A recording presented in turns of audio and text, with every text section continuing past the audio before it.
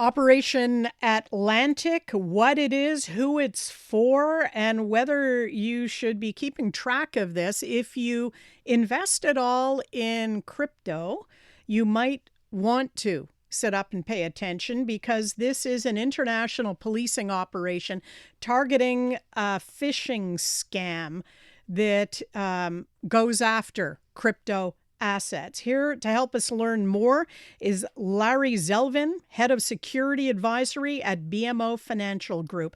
Larry, welcome to CJAD. Thank you, Trudy. Great to be with you this morning and your listeners. So we're just learning that the United Kingdom is in on this, Canadian law enforcement in on this, and the U.S. Secret Service is in on this as well, looking at scammers who apparently are making bank by stealing crypto assets. Can you tell us how these scammers are getting access to people's crypto assets? Yeah, sure, Trudy. Look, cryptocurrency is a great thing for many people. It's an investment. They're passionate about it, and there's a lot of great crypto exchanges out there. So, look, we're not putting down crypto. We're just saying folks really need to be careful. And so this Operation Atlantic is looking at one of many different types of ways fraudsters are going after people who invest in cryptocurrency and try to invest in that. In this case, Operation Atlantic is looking at something called approval phishing attacks. So what happens is victims get tricked into granting access to their wallets because they get these alerts that are either coming across apps or other services. And these fraudsters then get control of your crypto wallets, and then they're able to move funds on the blockchain to where it's next to impossible to recover. One of the leading crypto investigation firms, Chainalysis, estimates that roughly $14 billion were lost in 2025 alone. Ooh, yikes. Why do you think people who invest in crypto are so vulnerable? Is it because the scam is quite sophisticated, or is there urgency involved? Are they made to believe that they have to act right away, and that's why they kind of get suckered? Yeah, that's right, Trudy. I mean, like most frauds, they create a sense of urgency, a sense of, look, this is your opportunity. But in crypto, it really is one of those areas where people may not be as educated as they maybe would be in other more traditional things like stocks and bonds and other investment schemes. But in crypto, it's like, oh my gosh, this sounds interesting. I want to try it. This may be the opportunity.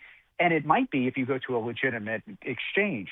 Unfortunately, bad actors are putting up phishing scams through your emails to try and get you to come onto their fictitious sites. They're creating Ponzi and pyramid schemes. So you're hearing about these high returns, you're actually seeing it. But once all the money's gone, your money's gone too.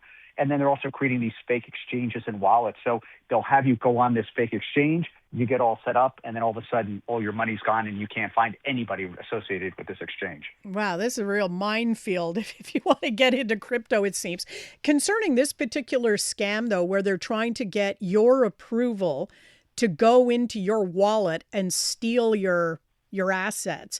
What is the best line of protection? Because I assume that the people who are getting the pop-ups or the people who are getting the messages are perceiving them as legitimate, that there is a real reason why they need to act, that they have some concern about security or whatever. So what's the line of defense? Yeah, so look, if you're in these attacks that Operation Atlantic's going after are actually legitimate exchanges with legitimate customers. What's happened is they're getting these alerts, and unfortunately, people are granting access to their wallets when they shouldn't. So if that happens, and you go, "Oh my gosh, I just granted somebody access to my wallet," the first thing is revoke the token approval, right, on platforms like Ethereum. So stop the unauthorized access. The second thing, you may want to create a new wallet. Get a new secure wallet, transfer all the remaining assets over there as quickly as you can to prevent any future losses or potential losses that may be in progress at this point.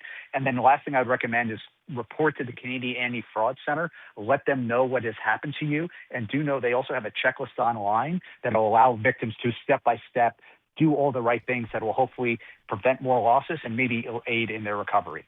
To your understanding, is this type of scam a lot like romance scams where the victims feel so dumb for having fallen victim that they don't want to report? Trudy, this happens with many frauds as people go, oh my gosh, I can't believe I was so gullible. Oh my gosh, I can't believe I fell for that. But I will tell you, the largest crypto scheme that I have been involved in personally was $4 million.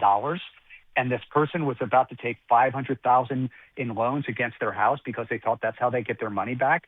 So, folks, we're not talking sometimes with a couple of hundred, maybe a couple of thousand. In cases I've been involved in, the numbers are in the millions. Wow. So these you would think are pretty sophisticated people if they have that amount of money to play around with. Well, and that's the irony. It affects everyone, okay? It's not defined to a gender, an economic class. Honestly, everyone is susceptible to these things. And so my biggest advice is slow down, do your homework, research, bounce it off experts, friends, go and really make sure before you put money in the game that it's not going to be lost unnecessarily. Do the big banks like BMO and some of the other ones, do they have resources that people can go to if they are worried? Yeah. So again, I'm going to be a little biased here, but bmo.com/security. We provide a lot of great information, not only around fraud, but around cyber and also physical. And we have some stuff around crypto. But also I refer people to Canadian Anti-Fraud Center if you're looking at cyber more holistically, the Canadian Center for Cybersecurity. So there's a lot of great resources for folks who want to look into this. And also if you've been a victim, what to do, how to recover, and how to make sure it doesn't happen again. Did that person who was about to send off $500,000 thinking that would get the $4 million back, did you intervene in time? The answer is no. Unfortunately, that $4 million was lost. He did report it to law enforcement. It is in the court process. They were able to lock down the exchange, which was fraudulent. So hopefully in about a year or two, that money could be recovered. But right now, their entire life savings was wrapped up in this. So they're living very, very lean. But I will tell you, folks, when it comes to cryptocurrency, and this is the reason fraudsters really like this scheme more so than others, is that it is next to impossible to recover the money once it's lost. Honestly, we just don't have the technical nor the legal means to kind of get the money. So if you're going to put money in cryptocurrency, you really need to take time to understand the risks, because if you are actually frauded or lose money, the recoverability is almost next to zero. Wow. I guess the best defense then is anytime you feel pressured into quickly like granting this approval, giving the scammers access to your account, anytime you feel the pressure, that's when you really have to dig your heels in and say, no, I have to think about this. I have to give me some time to do my research and to think and to not click approve. Yeah, I think that's part of it. I think the other thing is be careful of it seems too good to be true. It probably is. The gentleman I talked about who lost the $4 million, I mean, the returns he was getting and was told he would get were just mind-boggling, where any reasonable person goes, my gosh, this payoff just doesn't seem real. But for him, it did. And I'm not putting him down. People are susceptible to these things. And the tragedy is in many cases when it can involve family and friends. So, what I would say is slow down, think about what you're doing, take some time to research. While it may seem annoying, it may seem like homework when you're in school, the amount of time and energy you'll spend being proactive will pale in comparison to what will happen if you have to be reactive because you've lost the money due to a fraud. Well, Larry, thanks for the information. Trudy, anytime, folks. Be safe out there, and best of luck. All right. Larry Zelvin, Head of Security Advisory for BMO Financial Group. Unmistakably Canadian. It's the music that raised you. The artists raising the bar. Hi, this is Brian Adams. Hey, my name's Brett Emmons. I'm from the Glorious Sons. Hi, I'm Nelly Furtado. Made in Canada. The station that champions Canadian music. Loud, proud, and all yours. No passports required. Just press play. Tap into Made in Canada now on iHeartRadio.ca or the free iHeartRadio app.